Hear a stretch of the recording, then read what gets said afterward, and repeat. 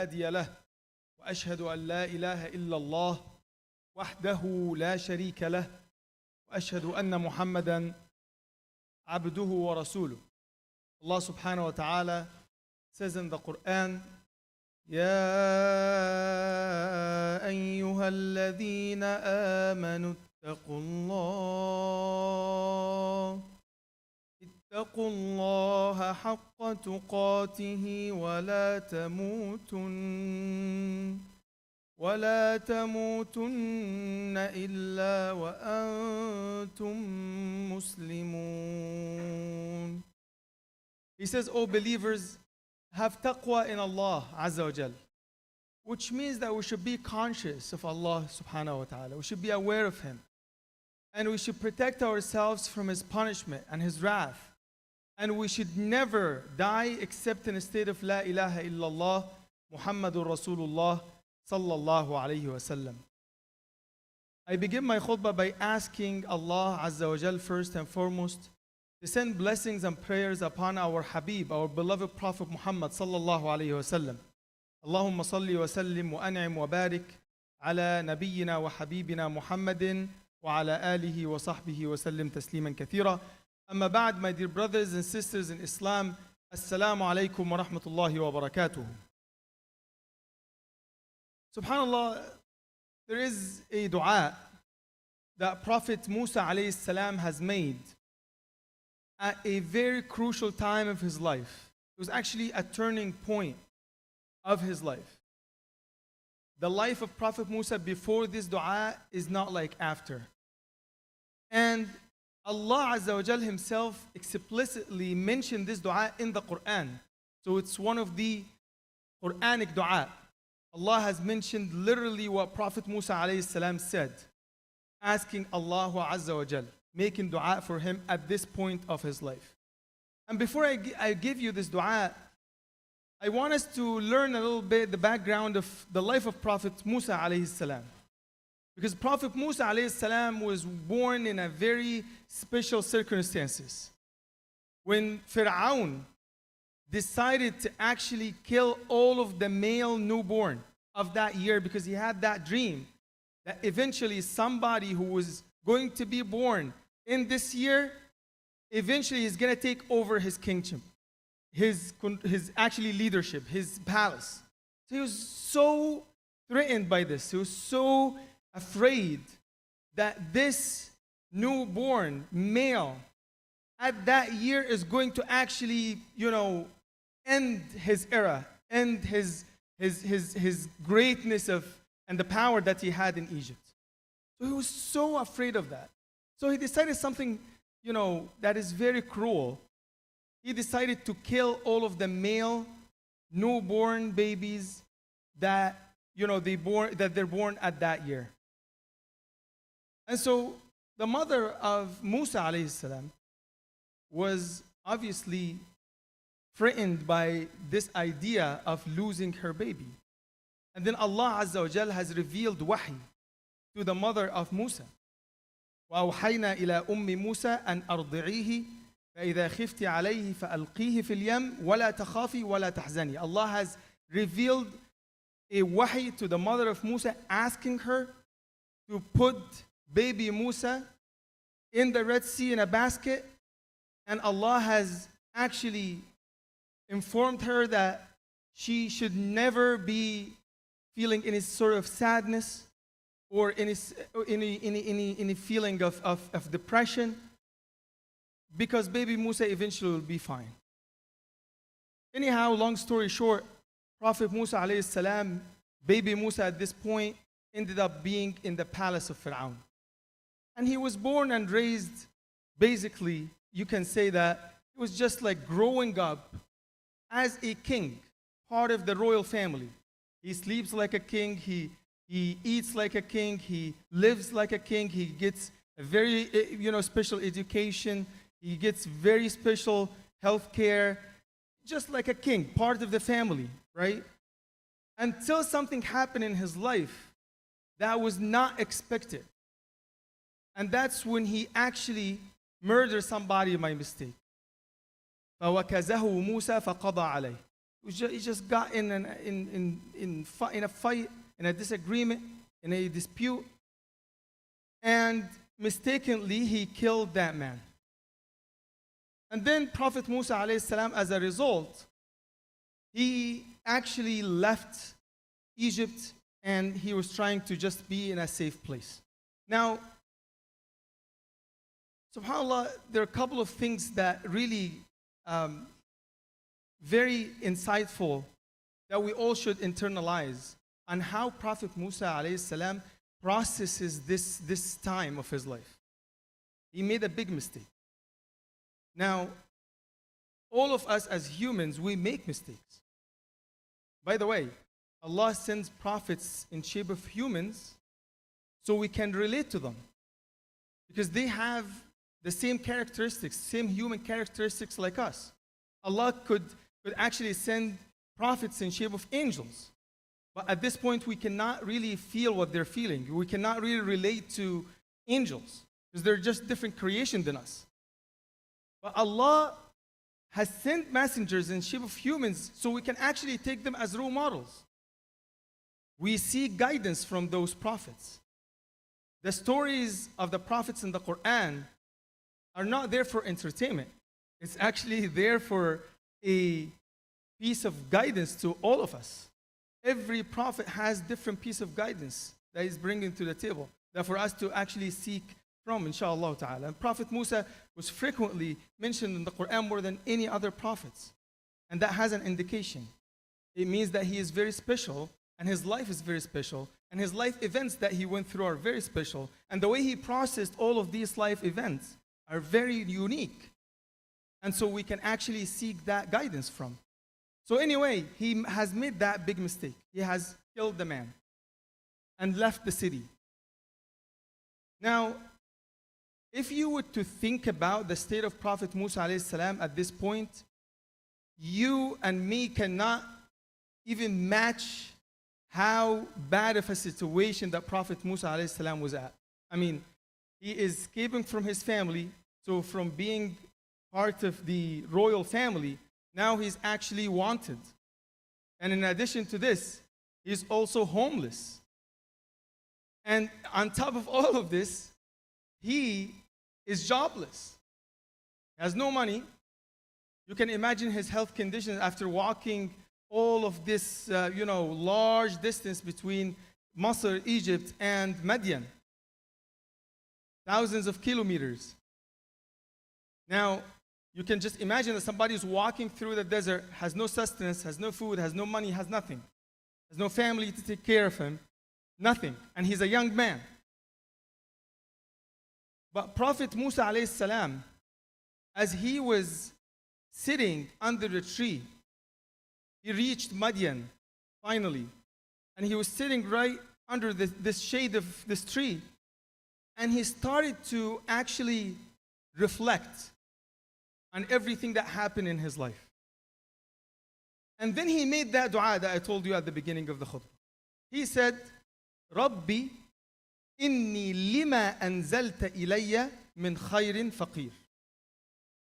Ya Allah, with all the blessings that you have bestowed upon me, inni lima anzalta ilayya min khayr, all of the khayr, all of the goodness that you have showed me, I'm still depending on you. I'm still faqir. I'm still miskin. I'm still in full dependence of Allah Azza wa Jal. I still need you.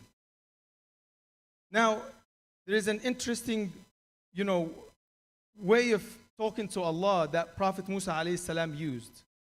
The words that he chose was actually very interesting. Because he said, Rabbi. He didn't say, Ya Allah. When you say Allah, basically, you're saying that He is the creator and I am the servant. So you're talking about rights now and you're talking about obligations. But you say Rabbi. Rabbi means from tarbiyah, from rububiyyah, the one who takes care of you. So basically, Prophet Musa alayhi salam was saying, Ya Allah, I know you are the Rabb, you are the one who's taking care of me. And I'm really in need of you, even though I actually acknowledge all of the blessings that you have bestowed upon me. And subhanAllah, this is such a powerful dua because not only for the virtue of reciting the dua, but also the mindset that Prophet Musa had when he was speaking to Allah in his situation. In his situation, he's saying, Ya Allah, I know you have bestowed blessings upon me. And you may wonder, what blessings Prophet Musa is talking about? I mean, he's really in the worst situation, the worst condition ever. What blessings he's talking about? And subhanAllah, the scholars said, he was just looking at the positive side of life. Even though he's in a very bad situation, but he said to himself, Alhamdulillah, that Allah actually has brought me here to Madian safe. I didn't get killed. This is one of the blessings. And then, Alhamdulillah, that I'm actually now going to see people that eventually they will help me. I'm hopeful for that. So that's another blessing. And Alhamdulillah, that I'm actually sitting under the shade. That's actually another blessing. And so, subhanAllah, Prophet Musa here is teaching us this psychology of abundance. There's a difference between psychology of abundance and psychology of deprivation. When you're just looking at life from the lens that everything that I need is the only thing I'm focusing on, everything that I don't have it is the only thing that I'm focusing on. If you look at life from this lens, you will have a hard time processing everything around you. Life is going to get actually tougher and tougher and tougher. But Prophet Musa ﷺ was just looking from different lenses here. He's only looking at the bright side of his life. Even though his life looks like it's very dark, but he's still looking at the bright side of it. The fact that I'm here in Madian, the fact that I'm safe, Alhamdulillah, that's a good blessing. Now just think about yourself. Think about your life. Think about your blessings that Allah subhanahu wa ta'ala has bestowed upon you. Think about your family. Think about your children. Think about your spouse. Think about your health. Think about your wealth. Think about the fact that Allah subhanahu wa ta'ala has brought you here to the masjid. Think about your religion as a blessing, the blessing of Islam. And say, Alhamdulillah. This is the first thing that came to mind for Prophet Musa alayhi salam as he was sitting under the tree. Number two, there are three main lessons that I really love about the Prophet Musa alayhi salam's life. Number one, psychology of abundance. I only see what's beautiful, what's good. I acknowledge it. And therefore, I ask Allah subhanahu wa ta'ala to bless me first and to continue these blessings upon me. I come from this angle. Then number two, listen, that Prophet Musa alayhi salam has showed through his life is that he has made a mistake. He has made a big mistake. But he did not let this mistake hinder him and stop him. And he did not let this mistake to destroy him. We all make mistakes. But the wise man is the one who is going to learn from that mistake and keep pushing and keep going. A believer should never let a mistake kill him or her. We learn from our mistakes and we move on. And we make sure that we actually don't fall into that dark place again. Just like Prophet Musa ﷺ has left the entire country, has left the place, has changed his environment, has changed all of his lifestyle that he had at Egypt, and he decided to move outside of the country. Why? Because he wants to seek now new people. He wants to now to be in different circles. He wants to make sure that he actually is surrounded by people that can help him, not hinder him. He learned from his mistake. And that's number one when somebody goes through that kind of a challenge. And then he never gave up on the mercy of Allah Azza wa Jal. He never gave up. As Allah has said in the Quran, لا تقنطوا من رحمة الله. Do not deprive yourself from the mercy of Allah Azza wa Jal. إن الله يغفر الذنوب جميعا. Allah forgives all sins. The doors of Allah Azza wa Jal are always open. He is the creator. And He is telling us, don't deprive from my mercy. So sometimes we beat up ourselves, sometimes we go harsh on ourselves, and sometimes we let these mistakes take control over us. But in fact, we should take control over our mistakes. We don't let these mistakes decide for our directions in life. We actually take over. We actually stay in control even though we make those mistakes. So that was the method of Prophet Musa alayhi salam. Number 3 that I learned from the life of Prophet Musa alayhi salam is the fact that he knew that the difficulties and the hardships that he was going through was actually for his own sake, for his own benefit. Why? Because it actually shapes who he is. It develops him. It actually makes him more mature. It actually makes him understanding life from different lens. The world view now is different.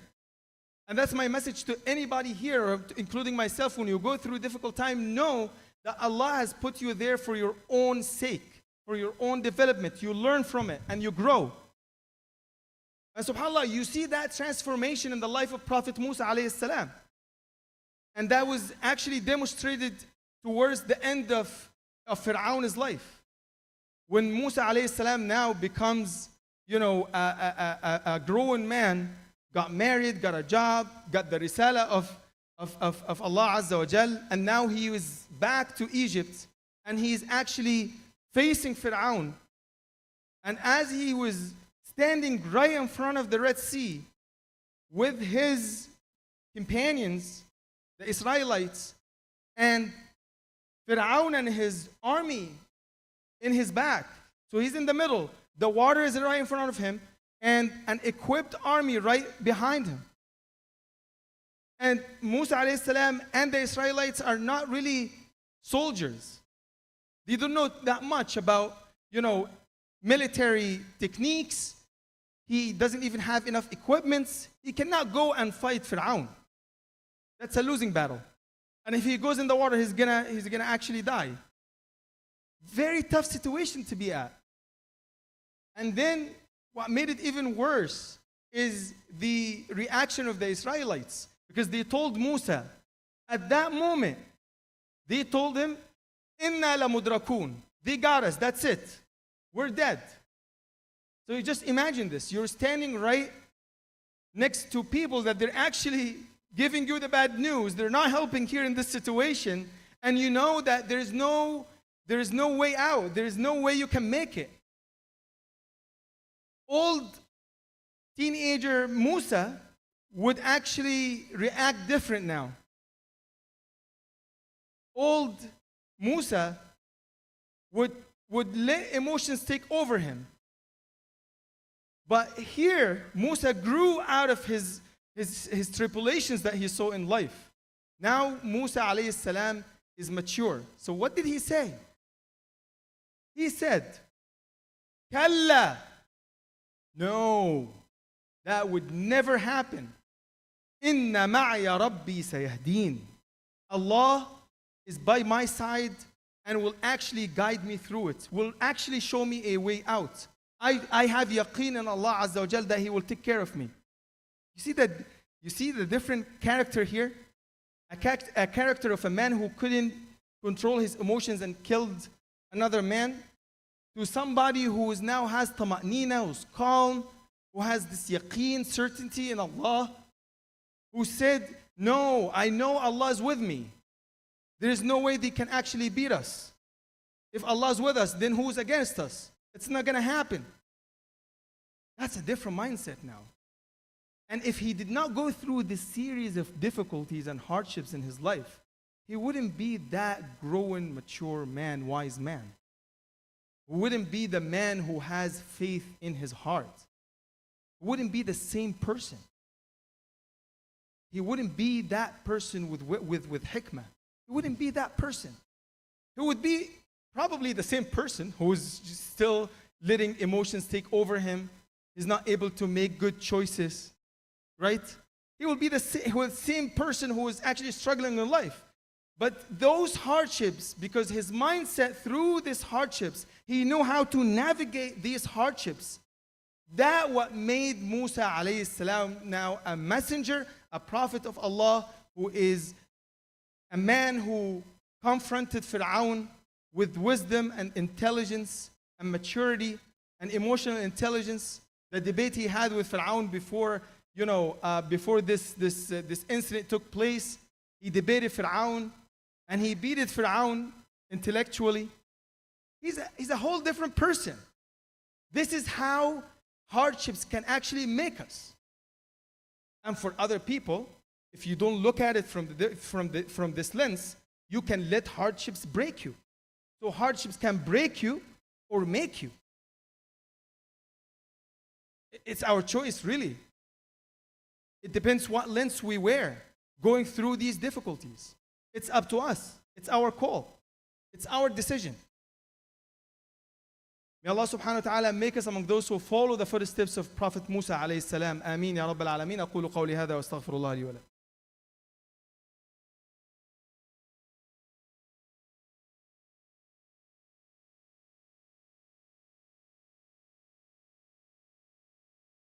بسم الله الرحمن الرحيم. الصلاة والسلام على رسول الله وعلى آله وصحبه وسلم تسليما كثيرا. أما بعد. Just to summarize this khutbah, 3 things when going through difficult time. Number 1, think highly about Allah and acknowledge the blessings that Allah has bestowed upon you, even though you're going through a difficult time. Will actually make you have the right mindset going through these difficulties. It will help you. It will help your mental health. And it will increase your yaqeen in Allah Azza wa Jal. Acknowledging the blessings of Allah increases your yaqeen and your belief and your faith in Allah Azza wa Jal. Number 2, when going through difficult time, it's crucial to not let this difficult time takes control of you, takes over you. In fact, you are in control. And you look at these hardships as opportunity for your growth. And that's the 3rd point that I spoke about in my khutbah. May Allah subhanahu wa ta'ala make it easy on everybody who's going through a difficult time. Ya Rabbal Alameen. Allahumma اغفر لنا ذنوبنا وإسرافنا في أمرنا وثبت أقدامنا وانصرنا على القوم الكافرين. اللهم أرنا الحق حقا وارزقنا اتباعه وأرنا الباطل باطلا وارزقنا اجتنابه.